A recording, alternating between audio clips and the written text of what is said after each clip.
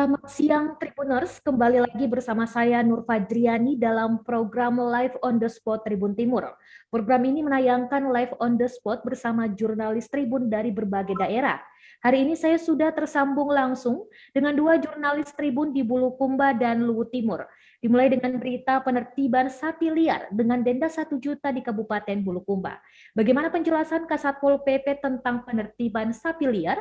Sudah ada rekan kami, Firki Arisandi yang akan melaporkan langsung di Bulukumba. Baik, Fikri? Ya, baik. Ya, baik. Terima kasih. Saat ini saya sedang berada di kantor Kasatpol PP Bulukumba.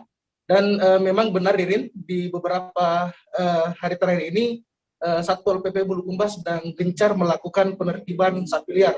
Dan sebenarnya untuk penertiban sapi liar ini itu sudah diatur dalam Perda nomor 13 tahun 2013. Dan untuk sejarah teknisnya dan untuk penjabaran Perda tersebut, saat ini saya sedang bersama dengan Bapak Kasatpol PP Bulukumba, Bapak Andi Basok Bintang. Baik, bisa diceritakan sedikit Pak tentang bagaimana penerapan Perda nomor 13 tahun 2013. Terima kasih. Sebelumnya kami perkenalkan diri, kami selaku Kepala Satuan di sini, OPD, dan Pemadam. Untuk kegiatan penertiban ternak yang disebutkan tadi sudah diatur di Perda nomor 13 2013. Sejak kami ditempatkan di sini di akhir 2016 Desember, ya sudah kurang lebih 4 tahun. Itu memang kegiatan kami secara rutin kadang melakukan himbauan kepada para warga khususnya pemilik ternak. Namun kami ambil tindakan tegas juga pada saat memang masih ada kelihatan ternak yang berkeliaran ataupun dari ada laporan warga. Kegiatan yang kami lakukan itu pada umumnya dilaksanakan di malam hari. Karena biasanya ternak agak mudah ditangkap, walaupun memang tidak bisa dikatakan mudah. Dan membutuhkan sekitar hampir 40-an personil kami turunkan kalau ada operasi penertiban ternak. Baik, Pak, sejauh ini sudah ada berapa peternak yang sudah diamankan atau kedapatan oleh Satpol PP masih membiarkan sapi-sapinya untuk di jalan-jalan? Kalau untuk di tahun ini 2021 kurang lebih 2 bulan 3 bulan di pemberitaan kemarin yang biasa kami aktif juga upload di media sosial itu kurang lebih ada 5 sampai 6 peternak. 6 ya, bukan peternak ya, pemilik sapi. Dalam artian kalau di Perda itu tidak boleh ada ternak di dalam kota. Jadi pemilik sapi dikategorikan sapi liar karena pada umumnya tidak memakai tali atau pengikat leher ternaknya, dibiarkan saja bebas. Ini tentunya sangat mengganggu ketertiban umum dan bahkan bisa mengancam keselamatan pengendara. Nah, ada beberapa kejadian sebelumnya yang mungkin juga kalau dipantau di media sosial ya seperti itu. Apakah roda 2 atau roda 4 yang sempat terjadi kecelakaan akibat menabrak atau menghindari ternak yang melintas di jalan. Kami laksanakan penertiban pada malam hari. Itu pun terkadang biasanya kami menarget bisa menangkap sampai 5 atau 7 ekor, tapi terkadang paling banyak kami bisa amankan 3 ekor saja. Itu karena repotnya sapi itu bergerombol dan perlu teknik tersendiri sebenarnya untuk menertibkan sapi. Dan, ekstra hati-hati karena bisa saja dengan hewan besar seperti itu. Baik, tidak Pak. juga kami punya personil. Ya. Baik. Pak, upaya apa yang dilakukan Satpol PP Bulukumba untuk memberitahu kepada pemilik sapi atau juga peternak agar tidak lagi membiarkan sapi-sapinya berlepas atau lepas di jalan-jalan? Ya, durasi 4 tahun ini berbagai upaya kami sudah lakukan, termasuk kami sendiri turun langsung warga yang kami kenal bahwa ini yang pemilik sapi, memberikan himbauan, mengedukasi beliau-beliau si pemilik ternak ini. Oh, ndak kentar. Ya, tentang adanya perda yang sudah diberlakukan, dan juga memberikan bahwa apabila memelihara ternak dalam kota seperti ini kendalanya dan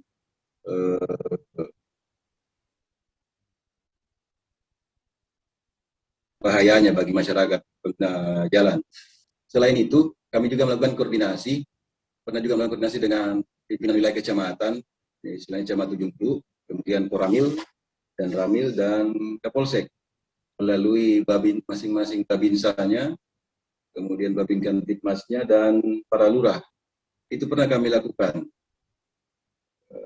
Waktu itu ya hasilnya mendekati apa yang kami harapkan, tapi sebenarnya harus continue belakangan ini karena kurang pengawasan lagi, ya hampir kembali lagi seperti semula. Dan di era pemerintahan Bupati baru ini, kami diberikan penekanan untuk kembali memaksimalkan penertiban ternak yang berkeliaran dalam kota. Dan tentunya kami akan upayakan semaksimal sesuai perintah. Mudah-mudahan kami bisa mengaktifkan kembali koordinasi dengan camat, para lurah, dan Ramil dan Kapolsek. Mereka juga mempunyai struktur di bawah Babinsa, lurah dan Babin Kantipmas. Insya Allah dalam waktu dekat ini kami akan kembali melakukan konsep yang sama di sekitar 2 tahun lalu. Kami anggap itu bisa maksimal dalam penanganan ternak. Baik, Pak.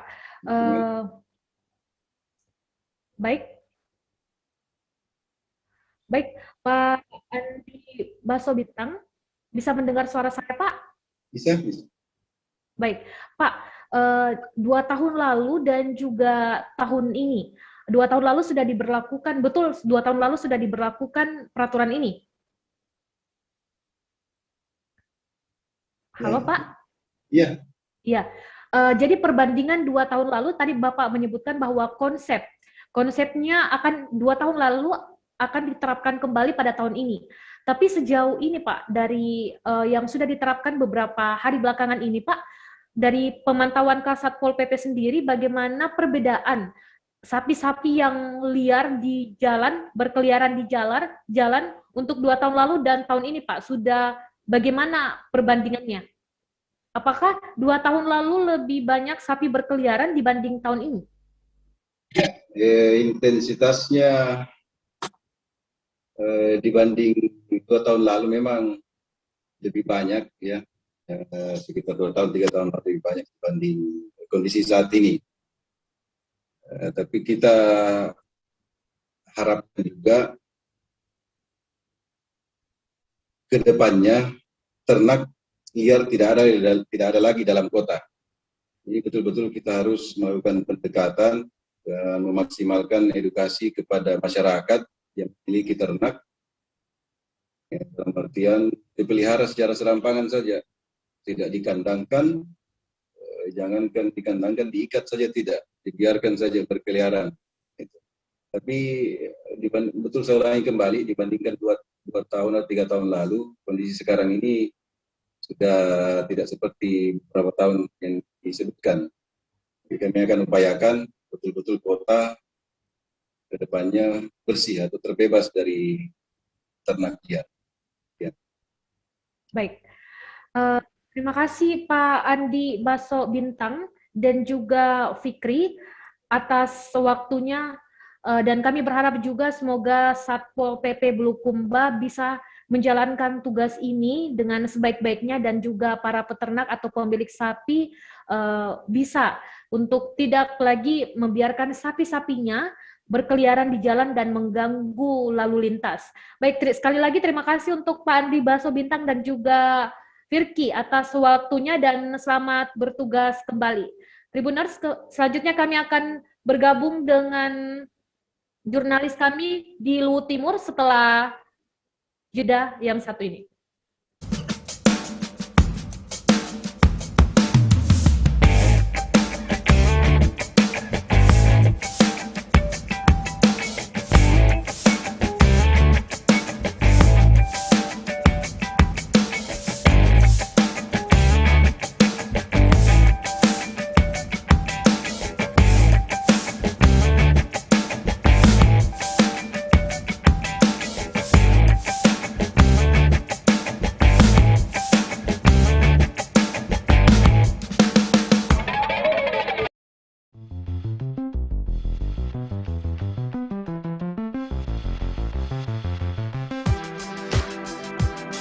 Jalan-jalan ke pantai, atau menaiki puncak gunung, melihat dataran indah, dan membayangkan lukisan alam Tuhan yang menakjubkan akan tersaji dalam sebuah liputan menarik juga eksklusif.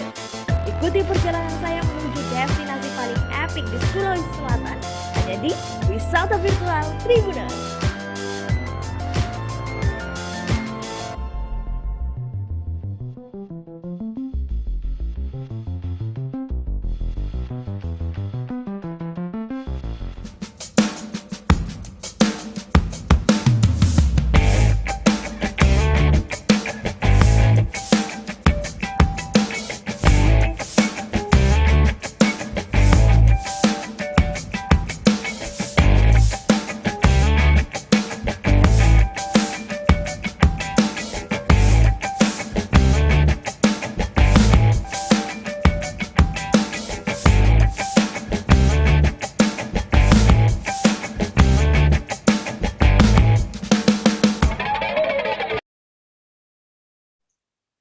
Baik Tribuners, kembali lagi bersama saya Nur Fajriani dan berita kali ini tentang pengembangan kawasan wisata Geopark Danau Luwu Timur. Di sini sudah tersambung langsung, saya sudah tersambung langsung dengan rekan saya. Halo, Ivan. Halo. Ivan Ismar, bisa betul. mendengar saya? Baik, Ivan bisa menjelaskan tentang bagaimana pengembangan pariwisata, termasuk juga kawasan wisata Geopark Danau di Luwu Timur. Oke, sebelum saya lanjut ke situ, Luwu Timur sendiri terkenal dengan daerah wisatanya seperti wisata danau. Di Luwu Timur sendiri punya Danau Matano, Danau Tauti, dan Danau Mahalona. Nah, yang terkenal dan dikenal banyak orang itu, baik di nasional maupun mancanegara, itu adalah Danau Matano. Danau Matano ini punya kedalaman sekitar 590 meter dengan panjang 28 km dengan lebar 8 km. Nah, Pemkab sendiri menggenjot danau ini bisa menjadi geopark.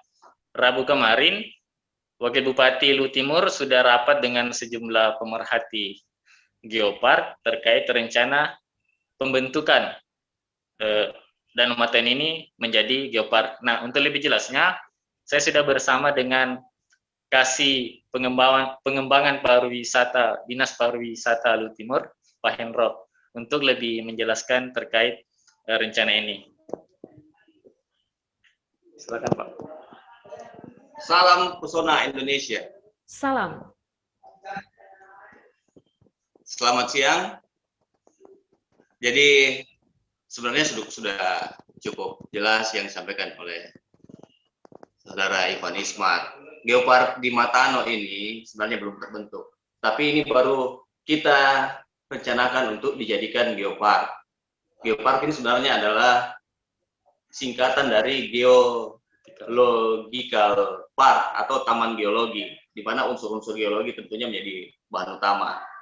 Nantinya di taman ini selain bisa menikmati warisan alam dari Geological Park ini tujuannya juga adalah untuk melindungi, melestarikan apa-apa saja yang sudah ditinggalkan dari jutaan tahun lalu berdasarkan analisis saintifik. Nah, Danau Matano sendiri ini merupakan danau tektonik terdalam di dunia, dengan kedalaman 590 meter dan luasnya sekitar 16.000 hektar. Danau ini mempunyai andil untuk menciptakan dua danau lainnya, yaitu Danau Towuti dan Danau Mahalona. Nah, untuk menjadikan Geopark Tektonik Matano ini, yang merupakan inisiasi dari Ikatan Alumni Geologi Unhas sejak Maret tahun lalu, dan dikerjasamakan dengan Pemda Kabupaten Luwu Timur beserta dengan pemerintah desa Sorwako di Kecamatan Nuha, ini sudah memenuhi syarat sebenarnya untuk dicatat menjadi geoheritage nasional dan akan diteruskan menjadi geopark yang dicatat di UNESCO, sehingga ini akan diakui dunia. Nah, syaratnya itu apa? Dia memenuhi geodiversity atau keragaman geologi. Karena Danau Matano ini sendiri terbentuk oleh pergeseran tektonik sesar Matano. Nah, dia merupakan lanjutan dari sesar Palu Koro. Dari pergeseran ini muncullah itu batuan-batuan dari inti bumi. Makanya kita bisa mendapatkan tema bahwa kalau mau lihat inti bumi itu, ayo ke Luwu Timur, ke Danau Matano. Batu-batuan dari inti bumi kita bisa lihat, disitulah keluar semua di Danau Matano. Nah, begitu pula, selain geodiversity, kita juga melihat syarat yang kedua itu memenuhi biodiversity atau keragaman hayati. Ada kurang lebih 13 jenis ikan air tawar yang endemik. Ikan purba yang tentunya tidak ada di tempat lain. Mungkin saja kalau ditaruh di tempat lain tidak akan hidup. Itu seperti ikan butini, ikan opudi, dan beberapa ikan lainnya. Udang-udangan, beberapa jenis moluska yang di Sulawesi Selatan ini umumnya ada di Danau Matano. Selain syarat memenuhi biodiversity ini, dia juga memenuhi syarat cultural diversity atau keragaman budaya. Kalau melihat di kitab Kertagama karangan Empu Prapanca tahun 1365, di pesisir Danau Matano inilah sumbernya Kerajaan Majapahit ambil bahan baku untuk membuat keris-keris, bahkan keris yang pusaka. Dari ketiga diversity inilah syarat ini terpenuhi untuk menjadikan Danau Matano menjadi geopark tektonik yang tentunya harus dinikmati oleh kita semua, bukan hanya di Luwu Timur, di Sulawesi Selatan, di Indonesia, bahkan di seluruh dunia. Kalau apalagi dia sudah tercatat di Badan PBB UNESCO. Mungkin itu yang bisa saya sampaikan. Baik, Pak Hendro, tadi sudah dijelaskan Tribuners bagaimana pengembangan kawasan wisata Geopark Danau Matano Luwu Timur oleh Pak Hendro, dan juga bagaimana kelebihan dan juga keindahan Danau Matano ini yang sangat layak untuk dijadikan geopark. Dan Pak, pertanyaan kami, apakah kira-kira sudah sejauh mana perkembangan kawasan ini yang bakal menjadi geopark? Apakah mungkin sudah memenuhi syarat 80% atau bagaimana, Pak? Ya, beberapa waktu lalu kami sudah sampaikan usulan ke pemerintah provinsi langsung ke pemerintah provinsi, dan ini tentunya akan diteruskan ke Kementerian ESDM, dan nanti kita tunggu kelanjutannya. Kalau sudah masuk ke tahapan diterima sebagai geoheritage, dari geoheritage inilah nanti kita usulkan lagi untuk menjadi geopark. Jadi tinggal beberapa langkah lagi, mudah-mudahan lancar dan segera terrealisasi. Baik, Pak Hendro. Jadi tahapnya sisa tidak jauh lagi ya, tinggal menunggu keputusan dari pemerintah pusat. Dan kami juga semua berharap Tribuners di rumah dan dimanapun berada, kami juga tentu sangat berharap agar Danau Matano bisa menjadi kawasan wisata geopark. Tapi Pak Hendro, pertanyaan terakhir saya, bagaimana saat ini wisata Danau Matano di tengah pandemi? Bagaimana perbandingan antara sebelum pandemi dan sesudah pandemi di Danau Matano saat ini, Pak? Ya, memang untuk kunjungan wisatawan kita sangat batasi hingga saat ini. Beberapa aktivitas masih boleh dilakukan di sekitar Danau Matano. Namun jangan khawatir, silahkan berwisata sampai ke Luhut Timur. Luhut Timur ini mempunyai begitu banyak tempat wisata yang tidak kalah menarik dari tempat-tempat lain. Dan tentunya keindahannya bagus ya. Kita juga sudah melengkapi dengan beberapa fasilitas umum yang bisa dimanfaatkan oleh para wisatawan, baik lokal, domestik, maupun mancanegara. Nanti Mbak Nur juga bisa ke sini, ketemu dengan Mas Ivan di sini, untuk didampingi jalan-jalan, melihat begitu banyaknya Luhut Timur mempunyai objek wisata. Sepertinya Tuhan sedang tersenyum waktu membuat Luhut Timur. Seperti itu, indah sekali. Di tempat lain tidak ada mungkin satu danau dimiliki oleh beberapa kabupaten, tapi di Luhut Timur satu kabupaten memiliki 3 danau. Ada gunungnya, ada sungainya, ada pantainya, luar biasa.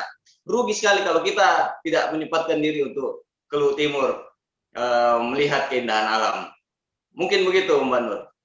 Ya, Pak Hendro, terima kasih informasinya, dan juga ini menjadi catatan menarik untuk Tribuners, apalagi mungkin para Tribuners ini ada yang ingin berkunjung ke Luhut Timur. Tadi sudah dijelaskan bahwa Danau Matano, meskipun perbedaan kunjungan tidak seperti sebelum pandemi dan saat ini, namun Danau Matano tetap terbuka untuk para wisatawan yang datang dengan batas dan juga menerapkan protokol kesehatan. Baik, Pak Hendro, terima kasih atas informasinya langsung, dan juga Ivan, rekan saya di Luhut Timur, terima kasih atas waktu yang diberikan, dan selamat kembali bertugas. Terima kasih, ayo ke Luhut Timur. Ayo ke Luhut Timur. Baik, terima kasih Pak. Nah, Tribuners, itu tadi dia 2 laporan kita dari Bulukumba dan juga dari Luhut Timur. Jangan lupa saksikan live on the spot Tribun Timur selanjutnya. Saya Nur Fajriani undur diri dan sampai jumpa.